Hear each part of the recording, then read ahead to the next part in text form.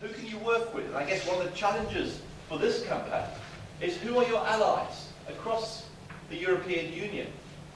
You know, in addition to Afghan communities, who are your allies? And particularly, who are surprising allies? People you wouldn't normally necessarily think to speak out, you know? And that's when campaigning gets really interesting. You can find surprising allies to bring your support.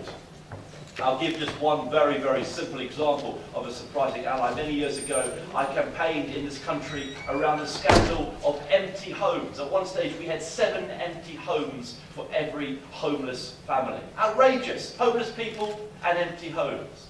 And we got the Royal Institution of Chartered Surveyors, the embodiment of the British property establishment, to support our campaign. That's a surprising ally. You would not expect to have the private sector like that coming in support of an NGO campaign. And I guess a challenge for you with this campaign is who are your surprising allies? So let's just move on. The next sheet, very briefly, but begins to encapsulate some of the things that I've talked about in terms of when you're running an advocacy campaign, having that direct contact with your community, with the people that you're trying to help, but also campaigning as well. You're providing services and you're running a campaign. At the Refugee Council, we are very concerned about the number of people who are destitute, who have no income, who have no benefits, who can't work. But we see those people every day in our day centre in Brixton. That fuels us, that gives us the energy, that gives us the motivation to work. And sometimes people say, should we deliver services or should we run advocacy campaigns? And the answer is a resounding both. You do both of those things. Moving on to the next page, what is campaigning is all about T-E-A. I think, and some of you may be thinking about this, when you come to a conference, when you want to get involved, but what does that word campaign mean? When I worked for Oxfam, we went out to West Africa at one stage. Oxfam wanted to become a global campaigning force. And our officers in West Africa and Senegal and other countries were very nervous about campaigning. They didn't understand campaigning. And we tried to break it down. We tried to break it down to 3 little words.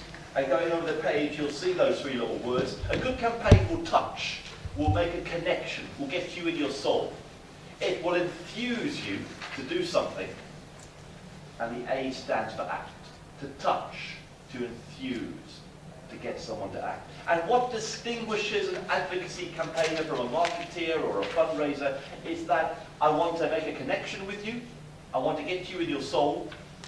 I want you to be infused that there is a solution. Then I want you to do something. And I think from Dr. Nassimi's opening comments, I think it's very powerful. The touch was there, the connection, the things you want to see, the policy solutions, the infusing was there. My challenge to you then is, what are you going to do? And the campaigner is always looking for the ask.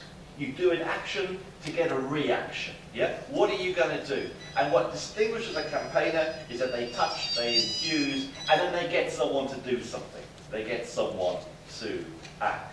And for me, a beautiful example of touch, infuse, act was the campaign on developing world debt. Remember Jubilee 2000? It was a campaign set up saying, why are the poor countries paying debt? And they touched people. They said, for every £1 you gave in charity to Oxfam or Save the Children, £9 came back in debt repayments. This was some 10 years ago, but it was a beautiful example. It was madness that all that money was coming back. It infused people that there was a solution. Drop the debt. Cancel the debt. It infused them. And then it got people to act, to do something. To actually register, go on a demonstration, write to their MP. And I think when you look at a campaign, and it's a useful litmus test. Does the campaign touch you?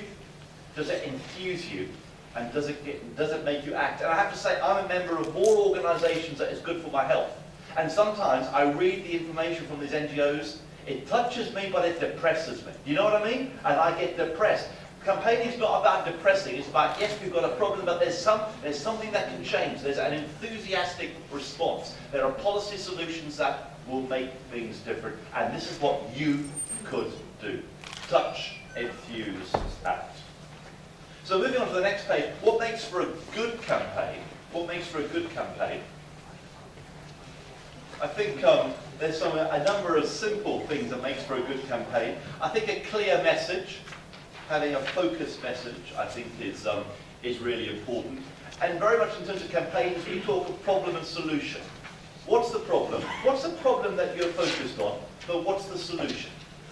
It's very easy to dwell on the bad things, yeah, the problems. But what's the solution you're advocating? I do think when you are campaigning, I don't know whether you agree with me, but I think a really good way, and I would challenge you on this collectively, that when you pick an issue, you pick the issue of greatest outrage, I think. I think outrage is a really powerful human emotion when you're campaigning. You don't pick something that you're mildly frustrated by. Yeah? You pick something that you're genuinely outraged by. You know? And in an Afghanistan context, what are you genuinely outraged by? Where do you want to start? And that element of outrage, I think, is important. A good campaign will use the media. A good campaign will look for political support, cross-party political support. It will look to build alliances. And again, that point about surprising alliances. You know, and it is wonderful, the advent of the internet, and I sound like an old man saying that, but I remember the world before the internet, you know, where you can Google search your campaign issue. And it's amazing what comes up in terms of who is speaking up on your issue. The point about action. Campaigners are all about action, not just about talk. I meet you, I infuse you, but what do I want you to do? And finally, campaigning is all about momentum. All about momentum. I have seen so many great campaigns, and I so hope this doesn't happen to your campaign, where it starts off and you have a great launch like today, and then nothing happens. You've seen that? It runs into the sand. And a campaign is all about momentum. And there are two little words that could help you plan a campaign. And those two little words are so and that. We're going to have a launch today so that we build a campaigning coalition, so that we develop a manifesto, so that we can go to the media, so that we can talk to politicians, so that we get more people involved, so that there's pressure for change. So that. Campaigning is about momentum, it's about progress, it's about change. It's about knowing what you are going to do. It's trying to tell the future, future telling, and not just focusing on the next action. In terms of the next page, campaigning methods, I think I've already covered those. I should skip on to trying to give you a framework, I think, for campaigning. And for those of you who are more academically minded, a brilliant paper came out of the States about 2 years ago from the Organizational Research Services. And what they tried to do was they tried academically to give a framework for advocacy campaigns. And essentially they said, we think there are 6 key pathways to achieving policy change. 6 key pathways. And you'll see the 6 listed on the sheet. The first is what they call the large leap. The large leap, where something monumental happens. I'm a South African by birth, and the release of Nelson Mandela from prison was a seismic event in the history of South Africa, which led to the 1994 elections and genuinely free elections in my country of birth. A large leap. The decision by the East Berlin authorities to relax travel restrictions in 1989 in Berlin, which led to the coming down of the Berlin Wall, seismic large leap. The courageous market trader in Tunisia, who set himself on fire back in February, which set off the events that we've seen, the so-called Arab Spring, the large leap.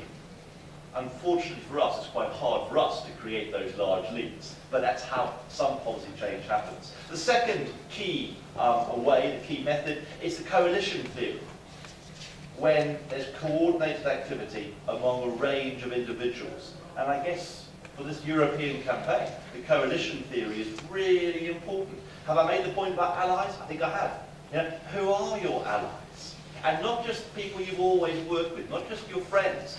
Who can you bring? Who is that kind of coalition theory? That's when you see real change happen.